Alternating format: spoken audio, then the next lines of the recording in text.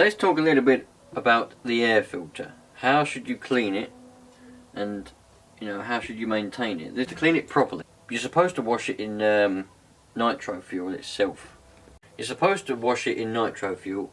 You just get a bit of your fuel that you use, and like you can either put it in your little squeezy bottle thing.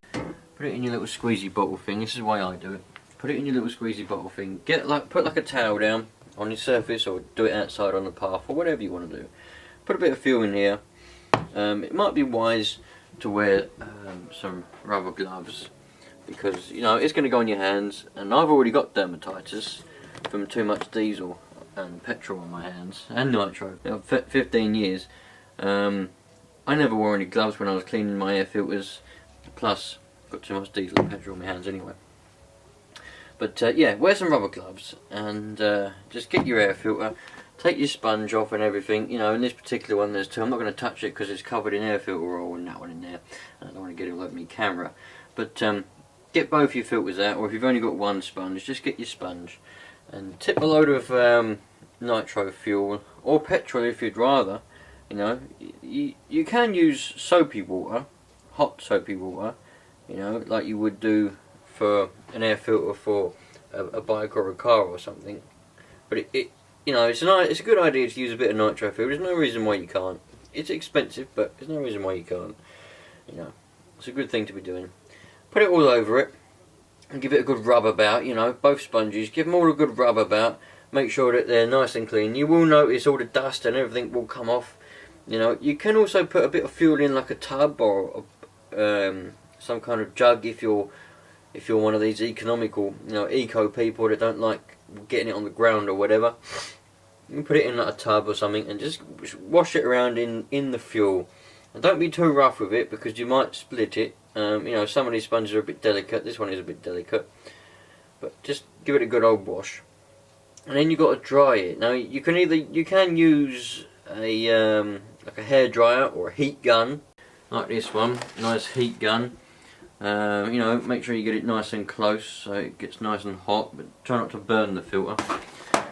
Some of you panickers out there might be worried that it will catch fire, but it won't catch fire, so stop panicking. People panic too much these days anyway. So once it's nice and dry, you can wrap it up in a towel, squeeze it a lot, get it nice and dry, get all the sponges nice and dry, squeeze them in the towel, get them as dry as you can possibly get them. And then you got to get yourself some air filter oil. Now, air filter oil is it comes in all different types. You don't have to use particular air filter oil. I mean, I'm going to get people here that are going to probably give me some grief here, but in the past I've used engine oil. I've used all kinds of oil on my air filters just to get them, because I didn't have any air filter oil. Right, there you go, the spot of air filter oil. It's a good idea to use air filter oil, because what air filter oil does is it will catch all the particles of dirt and dust, and that's what you want. It's what you want your air filter to do ultimately, to catch all the particles of dirt and dust. Now, because it's oil, it makes the filter sponge really sticky, but it still doesn't. Well, it will restrict the airflow a little bit, but it won't restrict it too much, and all the dust and particles and dirt will get stuck in there, a bit like a fly trap. You get them fly traps, but like a long bit of paper, and they're sticking. All the flies stick to that trap. It's like that. All the dirt's going to get stuck to that filter, the outer filter hopefully, and anything that might happen to get through will then get stuck on that inner filter in there. If you've got two filters, if you've only got one, it'll get stuck on one filter. And that's what you want. That's the idea of air filter oil. And if you're not really using your car, or if you've got an on-road car and you're using it on tarmac and there's not a lot of dust, you don't really need to use air filter oil.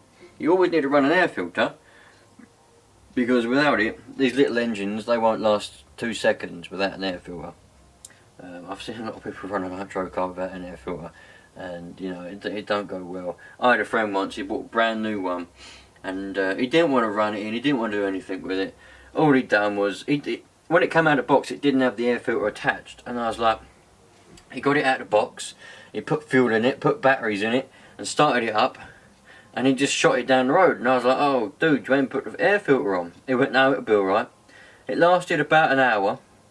Within that hour, it was getting slower and slower, and I could hear it running worse and worse, losing its compression within that hour. And it was on the road, by the way. We were just going up and down the road, up and down the main road, you know, because it was an on-road car. And yeah, after about an hour, because he didn't run it in and he didn't run an air filter, it just conked out and wouldn't start again, and there was next to no compression at all. So running an air filter is bloody important, and a lot of people don't realise it. So as long as you maintain your air filter and put a bit of air filter oil on if you're in dusty places, you know, if you've got a truck here like this, like an off-road truck, you're going to be going in dirt and dust, aren't you? You're not really going to be. You might go on the road every now and again, but you're not going to be, are you? You're going to be on dirt and dust. You're going to be going around BMX tracks. You're going to be going in the woods and things like that. So you're going to need to have a decent air filter. And it is always worth investing in a nice air filter. And I don't know if they sell these ones anymore, and I don't know what they're called, these particular air filters for these Savages.